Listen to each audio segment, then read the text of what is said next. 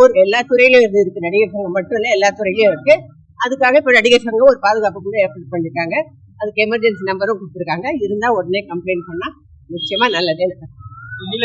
நடிகைகள், துணை நடிகைகள் எப்படி இந்த குழுவை பயன்படுத்திக்கணும் அதெல்லாம் சொல்லியிருக்காங்க. அதுக்கெல்லாம் விதிமுறை எல்லாம் வச்சிருக்காங்க.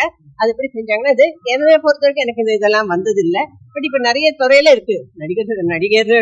நடிகைகள் மட்டும் எல்லா துறையிலும் இருக்கு. எல்லாம் சரியா என்னங்க பரிச்சயமான துறையில எல்லாம் அது எல்லாரும் பப்ளிசிட்டி, யூடியூப், அது இது எல்லாம் பேசிக்கிட்டே இருக்காங்க. அது இன்னும் தேவை. சிலது முன்னே இருக்கும், சிலதெல்லாம் இதுவாகவும் யூடியூப்ல போடுறாங்க. எல்லாமே இருக்கு. எனிவே இந்த குழு அமைச்சிருக்காங்க. அது எமர்ஜென்சி நம்பரும் கொடுத்துருக்காங்க. அதுக்கான எல்லா இதுவும் நடிகர் சங்கம் அதுக்கு ஒத்துழைக்கும். சொல்லிட்டு இருக்காங்க. இல்ல இல்ல மத்த இதெல்லாம் பேசிருக்காங்க. இல்லங்க நிறைய பேசிட்டு இருக்காங்க. அதெல்லாம் வெளியிடுவாங்க. நான் சொல்லக்கூடாது. ஏன்னா நடிகர் சங்கம் தான் அது அபிஷியலா வெளியிடணும். எத்தனை பேர் கூட கமிட்டி? 7-8 பேரு. மூத்த நடிகைகளே சொன்னாங்க, கமிட்டி போல தமிழ்துறையில ஒரு கமிட்டி தேவைப்படுது. மூத்த நடிகைகள் பேட்டியாக ஓப்பனா சொல்லியிருந்தாங்க.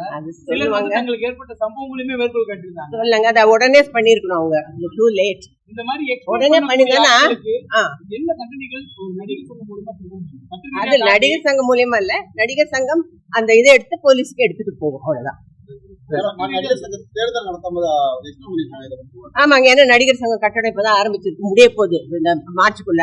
முடிஞ்ச அப்ப செலவு தேர்தல் நடத்தினா 30 லட்சம் ரூபாய் செலவாகும். அப்ப அந்த செலவுல இந்த நடிகர் சங்கம் கட்டடம் முடிஞ்சதுக்கு அப்புறம் தேர்தல் வச்சா நல்லதுன்னு நினைச்சோம். பொதுக்குழுலையும் அதுக்கு அனுமதி கொடுத்திருக்காங்க. எதிர்ப்பு இல்லையா மேடம்?